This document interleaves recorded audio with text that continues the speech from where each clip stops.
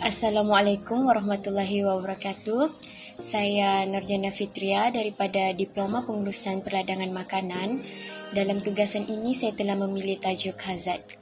Pengenalan bagi tajuk yang saya pilih ni adalah risiko keselamatan dan kesihatan di tempat kerja, tentang keberangkalian kecederaan berlaku dan impaknya kepada pekerja akibat hazard yang terdapat di tempat kerja.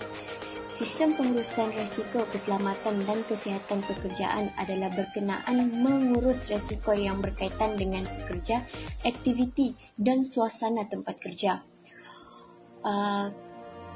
Risiko keselamatan dan kesihatan di tempat kerja melibatkan 4 peringkat utama yang berlaku secara berturutan dan saling memberikan input untuk memastikan pengurusan yang berkesan. Sistem pengurusan risiko bermula dengan peringkat pertama iaitu mengenal pasti hazard. Kedua, menilai risiko. Ketiga, mengawal risiko. Dan keempat, mengukur pencapaian.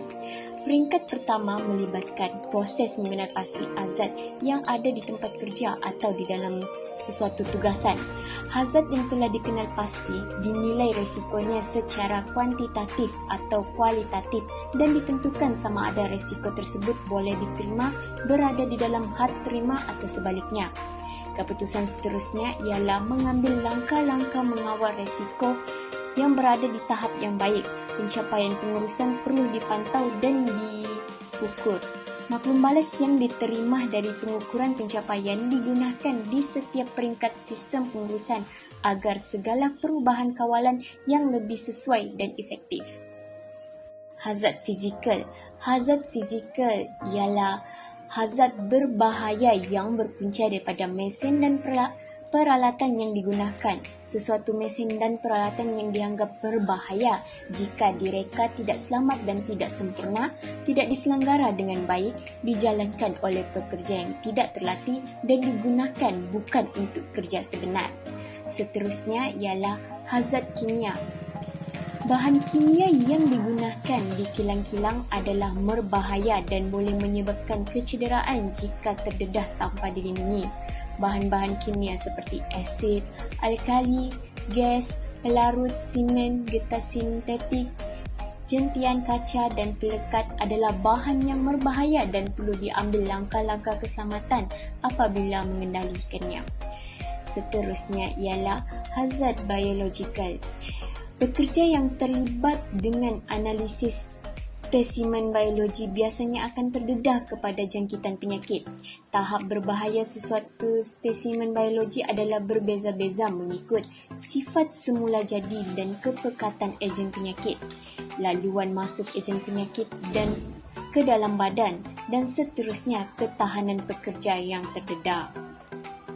Hazard yang terakhir adalah hazard ergonomik. Hazard ergonomik berkaitan dengan ketidaksesuaian manusia dengan sekitar kerjanya. Ia selalunya dikaitkan dengan kesilapan atau kelemahan reka bentuk kejuruteraan dan proses kerja memenuhi keperluan fisiologi dan psikologi manusia. Misalnya, pekerjaan menaip dalam keadaan yang baik tidak ergonomik telah dibuktikan mampu mengakibatkan tunnel carpal syndrome dan sakit belakang. Proses dan kaedah mengenal pasti hazard di tempat kerja merupakan satu proses yang membantu mengenal pasti sebanyak mungkin hazard. Mengenal pasti hazard yang pertama ialah dengan membuat pemerhatian dan rujukan.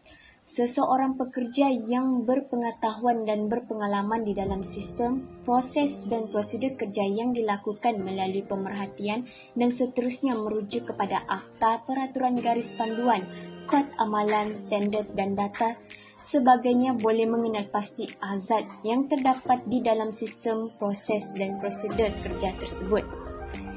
Yang kedua ialah penggunaan kelengkapan khas. Terdapat hazard yang tidak mempunyai sifat bau, nampak, dengar atau sentuh. Oleh itu, panca indera manusia tidak mampu mengesan hazard tersebut.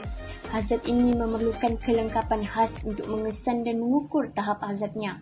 Dan yang paling akhir adalah aduan, laporan dan cadangan.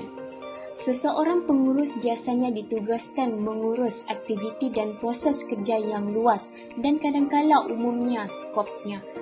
Keadaan ini mungkin menyukarkan mereka mengenal pasti semua hazard yang berkaitan dengan setiap proses kerja di dalam kawalan.